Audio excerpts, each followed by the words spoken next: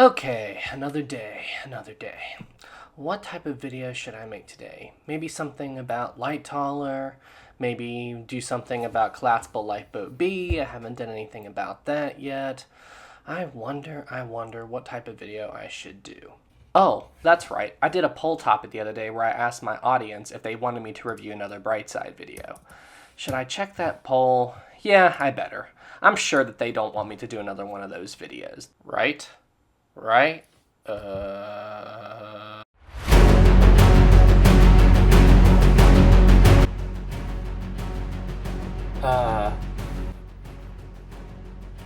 of 3,700 votes. 3,700 votes. Are you kidding me? 76%. Yes, I want you to suffer at Brightside 7.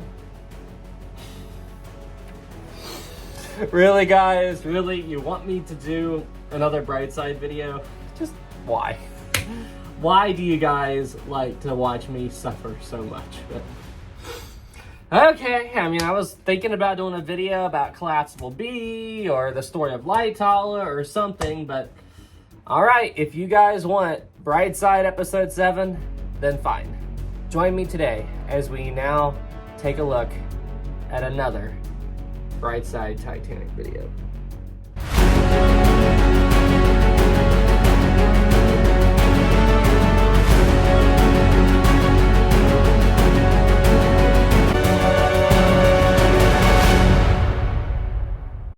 Okay, everybody, so once again, welcome back to my office, and you should be able to see my screen on your screen right now. Okay, cool. So I was looking for what video from Brightside we were going to review in today's video, and I did get several suggestions from people in my Discord, and you can see I already typed in Brightside Titanic right here. And up here, you can see this other tab. This is the video that I did select for us to review. But now, one of the more popular suggestions in my Discord was for me to review this video right here. What superpower would help you survive on the Titanic? And just going off of this thumbnail, we see Superman, we see a ship that I'm assuming is Titanic, even though it doesn't really look like it based on the funnels and everything. And the Titanic is sinking in a way that defies the laws of physics. Okay. But ultimately, I decided not to review this video because this video looks like it's just, this video isn't trying to tell accurate history, you know, it's just a random clickbaity video to make people look at it and everything. So I'm not really going to talk about this type of video. What I want to review is a video that claims it's telling accurate Titanic history, and then when it doesn't, I can debunk it, you know? So ultimately what I decided to do was review this video right here. What the survivors heard when the Titanic was sinking. And based upon first impressions, just by looking at this thumbnail, holy crap, they did a fantastic job with this thumbnail. I mean, it looks really good. I mean, look, you've got the Titanic sinking in a more or less accurate way. You got the breakup point, that's in basically the right area, the stern falling back, that looks pretty good. I mean, if I really wanted to nitpick it, I could talk about why the Titanic is listing too far over to starboard, but I mean, whatever. So, I mean, based on this, holy crap, I actually have some hope that Brightside made a good Titanic video. Okay, I really don't think that's going to happen, but you know what? I would like to be surprised. Now, full disclaimer here, guys. Some of you may have noticed this red line down here that shows that I did start this video. So ultimately what happened was I did start this yesterday, but then when I was in the middle of recording this video and watching this, my internet randomly went out. So this video is being shot the next day, so that's why it does show that. That's as far in as I was when the internet went out. So yeah, anyway. Okay, guys. Well, hey, without any further ado, let's now watch this Brightside Titanic video that may be historically accurate. We'll see. We'll see. What do you all think? Do you think it's going to be accurate? Let me know what you think in the comments below. Or if you're watching this during the premiere, let me know in the premiere chat. Here we go. Once a famous giant, the largest ship of that time. Now two grand pieces lying on the ocean bottom about 2,000 feet apart. Good job, Brightside. That's fairly accurate. The wreck location is in the right area. The distance between the bow and the stern is roughly right. Torn by the catastrophic collision of time itself. The stern of the Titanic got completely ruined after hitting the ocean floor. But you can still recognize the bow since many interiors were left preserved. There's a type of bacteria found on the ship's rusticles. A rusticle is this brownish formation of rust. It occurs deep underwater when the wrought iron the ship is made of oxidizes. It means the bacteria eat the iron of the Titanic's hull, piece by piece. And it seems they might finish their snack by 2030. Wait. Okay, so just so you guys know, the Titanic is not going to be gone in 2030. It's going to be there a lot longer than that. It is true that the rate of deterioration has increased, but the Titanic will still be there at 2030. Now, about the rusticles, I didn't think the Titanic was rusting. I thought that the term rusticles was just a name given to the bacteria because of how they look and everything. I thought that it wasn't rusting, it was the bacteria that lives down there eating the Titanic. You know, it's not rust per se because the Titanic isn't exposed to oxygen. I thought you needed oxygen for rust to form. Unless there's some rust that can form underwater by default. I don't know. I don't know for certain. But yeah, I didn't think the ship was rusting. It was just being eaten by this bacteria. But if I'm wrong about that, please correct me in the comments below. That's just what I thought. Way sooner than when anyone would expect the wreck to be gone forever.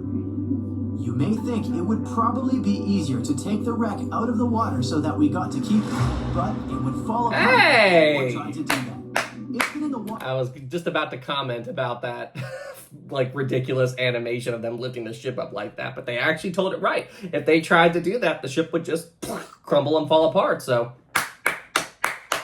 For more than 110 years now, and is now so rusty that no one would be able to reconstruct some parts even if we managed to get the ship out of the ocean depths.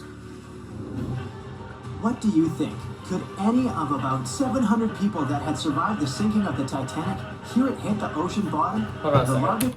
What was that? I heard something. Hold on. What do you think?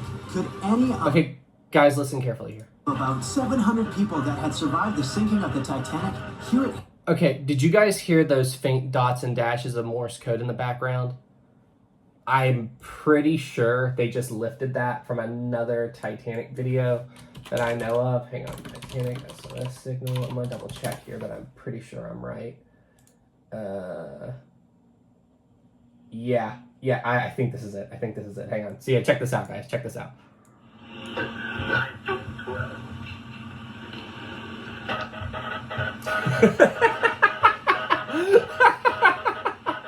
Yep, I was right.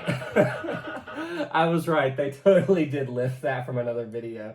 Here, listen to this again. You'll hear it. You'll hear it now that I pointed it out. Listen. What do you think? Could any of about 700 people that had survived the sinking I knew I'd heard that before. hear it hit the ocean bottom? The largest ship that had ever been made till then disappeared. Okay, hang on. I was listening to the Morse code. I wasn't listening to what the guy said. So hang on. Could any of about 700 people that had survived the sinking of the Titanic hear it hit the ocean bottom? No. The largest ship that had ever been made till then disappeared literally before their eyes after all. But sound most likely wouldn't have traveled from water to air. We can't hear that well in water because our bodies are not designed to hear in such environments. And although passengers were close to the sinking site, the Titanic still hit the bottom a long distance away, 12,500 feet. There are so many underwater landslides and earthquakes we cannot hear, and they make way more noise than a single ship slamming into the ocean floor. Most vibrations and sounds must have dispersed over a large area. Also, the downblast of water, which many believe hit the Titanic after it had touched the bottom of the ocean, would have pushed back the majority of the potential acoustic vibrations. Plus, the bottom of the ocean is not hard enough to produce such loud noises. Okay, so I'm trying not to be too judgy about their Titanic sinking like animations and stuff like that, but I mean, okay, look, they do have the breakup point in more or less the right area, but the Titanic did not look like this when it hit the bottom of the ocean. I mean, couldn't you guys just get a cutout of the wreck or something like that and use that instead? I mean, instead of The mast fell over after it left the surface. Both the funnels were gone before the whole thing even sunk. You could spruce this up a little bit, but whatever. This still does look good for Brightside standards, so anyway. Many survivors said they had heard terrifying noises as the Titanic was breaking apart, but none mentioned hearing anything after the ship disappeared below the surface of the water. Okay, that's not true. So, they are correct when they say that no one would be able to hear the actual impact between the Titanic and the seafloor. At 2.5 miles deep, there is no way anyone on the surface could hear that. However, survivors did say that they heard the Titanic, breaking apart after it left the surface. And what they heard, and these sounds happened somewhere between 10 to 20 seconds after the ship disappeared, but what they heard was the stern imploding and ripping apart as it fell down to the bottom of the ocean. Survivors said that. There's testimony about it. So, yeah, Brightside got that detail wrong. Some survivors shared how chaotic it was when passengers, mainly women and I hate that sound. I hate that sound bite they used for the lifeboat being lowered away. That's not what it sounded like. That's awful. children were getting into lifeboats. There weren't enough boats, and still, some of them weren't even filled to their full capacity.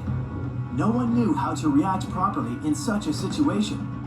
The lifeboat drill had been scheduled for the morning before the Titanic hit the iceberg, but for some reason, it got canceled.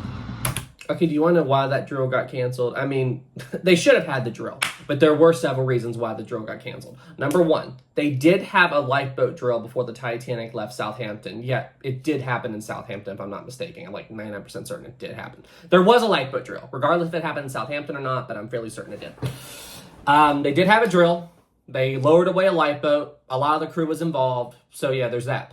And the other reason why they canceled the drill, and it was supposed to happen Sunday morning, was because the Titanic was making very good time. They were still breaking in the ship's engines.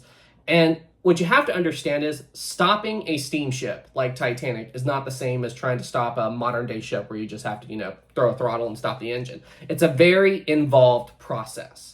And they were still running in the Titanic's engines. The ship was making excellent time. And where they already had a lifeboat drill, they just did not see the point to stop the engines, potentially, mess up the ship's efficiency and everything, just to do another drill. And on top of that, Sunday services were going on. People were in church and everything, and it would disrupt the church services. So they just ultimately decided, they're like, okay, we already did the lifeboat drill. We don't need to stop the engines. Everything's going smoothly. Let's just keep going. That's basically what happened. A giant ocean liner everyone believes is unsinkable takes a trip across the ocean. I've said this 1,000 times, but the whole unsinkable thing, the White Star Line never claimed the Titanic was unsinkable. There was this one pamphlet that they came out with while the ship was being built, and in the pamphlet they did say she is as unsinkable as we can make a ship. But, as far as everyone else was concerned, it's not like people had this religious faith in Titanic. No one really believed Titanic was unsinkable. They just okay, she is a really safe ship. Now, I am sure that some people did go around and say, oh yeah, she's unsinkable and everything. But as I said, it's just, to them, it simply meant the Titanic was safe. It's not like they had a religious faith in the ship. So that whole thing really blew up and got thrown out of proportion after the whole sinking and everything.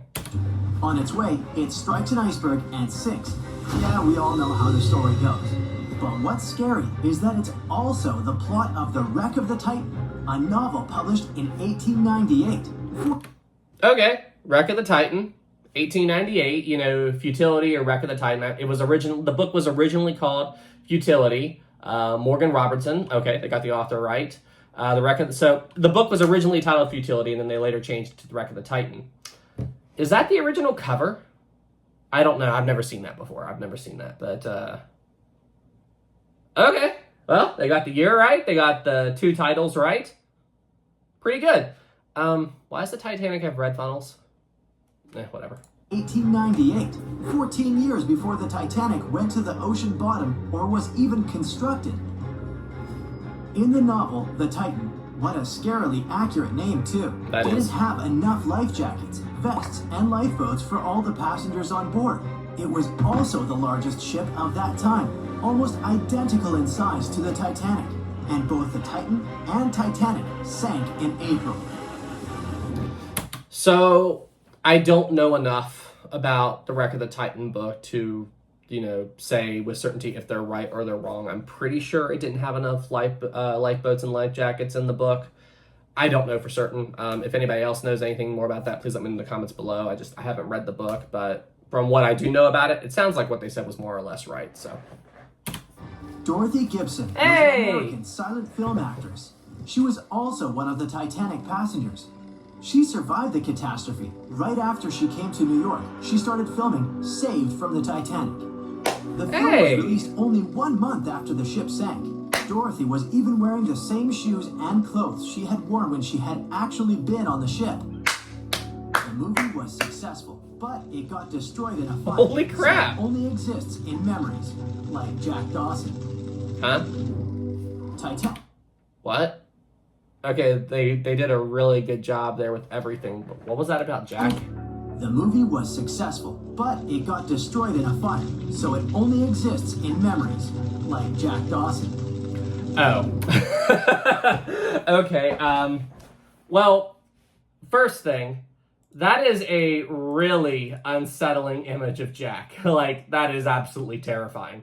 But, I don't need to look at that. But what they're talking about there is that scene near the end of the James Cameron film where Rose says that she doesn't even have a picture of Jack. He exists now only in her memory. That's what they're referencing there. So, anyway.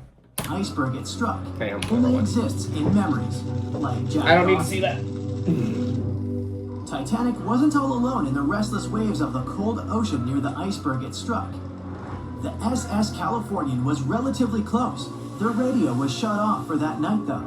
At one moment, the crew members noticed mysterious lights in the sky. They immediately went to wake their captain up to tell him, but he issued no orders. Some believed it was just fireworks. They never realized it was actually a call for help. The flares... Not true. So, Captain Stanley Lord, the captain of the Californian, he was resting in the ship's chart room, and the crew contacted him, and he did issue orders. He told the crew to try to contact the steamer by means of the Californian's Morse lamp.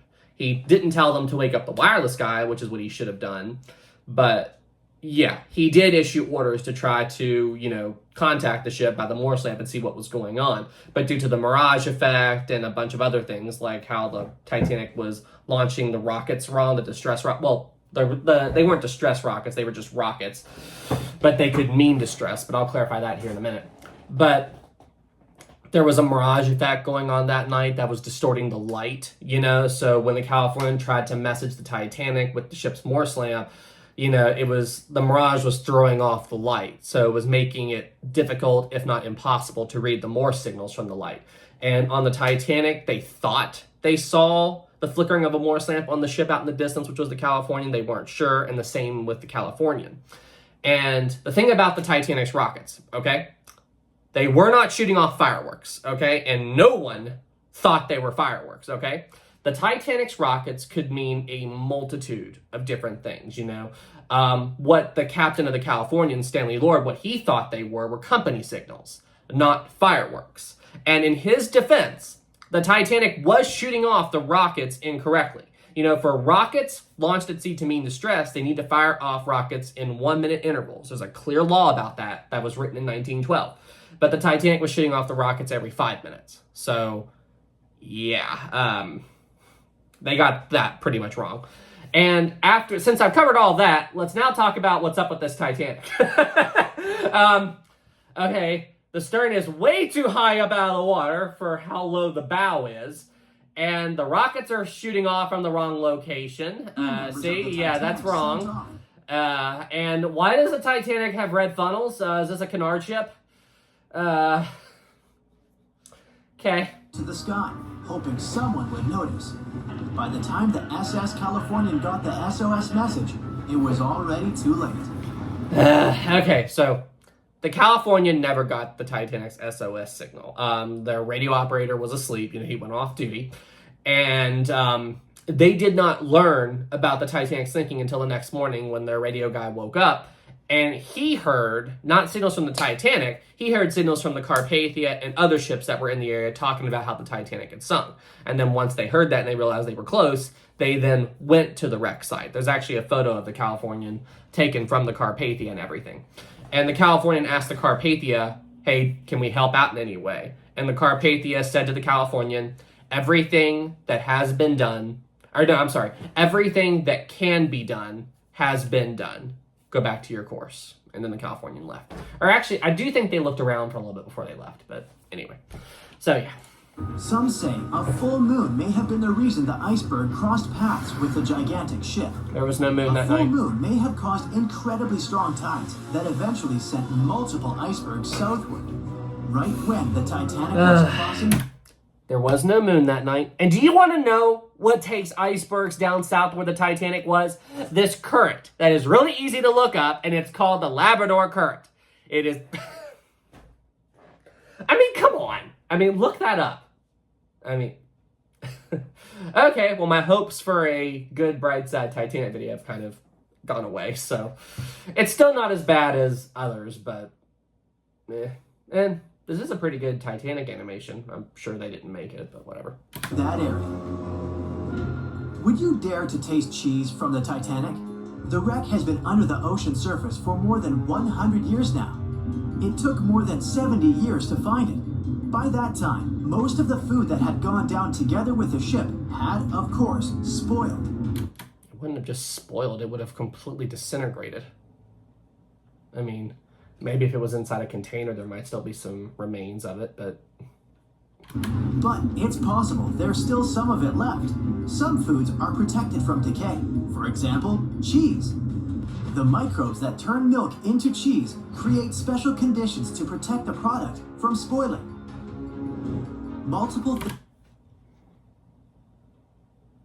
I mean, sure. I mean, I'm sure that can happen, but... Over 100 years at the bottom of the ocean with fish and all this other stuff. I mean, if it wasn't sealed up, and if it was sealed up, wouldn't it implode? I mean, if anybody else knows anything more about this, let me know in the comments, but whatever. That doesn't even seem logical to me, but... Things have survived the Titanic. A handwritten letter where a mother and a daughter wrote to the girl's grandma about the amazing journey they were on together. Hold on. A mother and a daughter. Hold on. So if they're claiming that this letter is from the Titanic, I mean, I'm not going to read all this, but, and they said that this tells them the wonderful journey they were on. You can see a date right here, 9/4/12. So September 4th, 1912. That would have been way after Titanic. Oh, wait, no. This is, don't you guys do it, to all of you over in the UK, I think you guys do your dates differently than what we do here in the States. We usually do month, day, year, but this could be a case of day, month, year. Okay, so if that's how it is, then we've got April 9th, 1912. Okay, so if this letter came from Titanic, it couldn't have come from Titanic unless they were on board the ship from when it went from Belfast to Southampton, because the Titanic hadn't left yet. It didn't leave Southampton until April 10th. So, was this a letter that was going to the Titanic? I felt as Stanley today. I felt... anyway, I'm not going to try to read this. But if anybody knows anything more about this, let me know in the comments below. But that's just my... Maybe this was a letter going to Titanic and it just didn't get on board. It could have been a letter written from a crewman that was on board the ship before it left Southampton. I don't know, but based on the date, so yeah. And a daughter wrote to the girl's grandma about the amazing journey they were on together. The letter has been around for more than 100 years and got sold at an auction. A battered pair of white cotton gloves was yeah, that's found from in the Titanic. wreck. I've seen that before. Musicians on the Titanic played till the very last moment. Mm-hmm. Sheet music and one violin were found among the wreckage.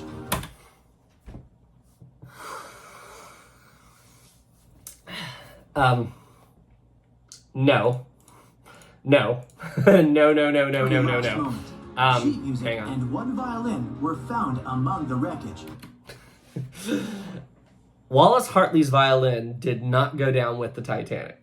Okay, so what happened was, what they did say about the band was right. They played till near the end. But what happened was, after the band broke up, Wallace Hartley had this instrument case you see right here. And what he did was he put on his life jacket, and then he secured the instrument case with the violin in it above his life jacket. And Wallace Hartley died of hypothermia. You know, he died in the cold water. However, the life jacket kept his body afloat. And eventually, they did find Wallace Hartley's body.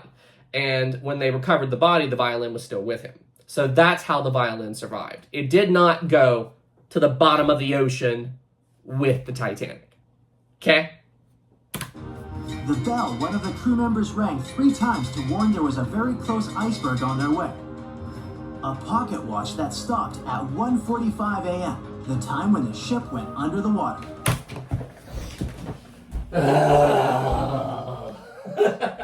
Bright side, I had hope.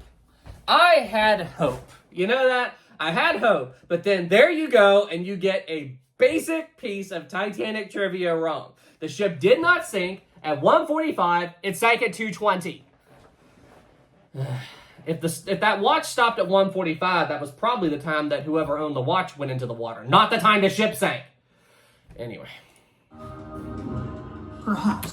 I have a headache. One person could have changed what happened on the Titanic. David Blair was a pretty lucky man.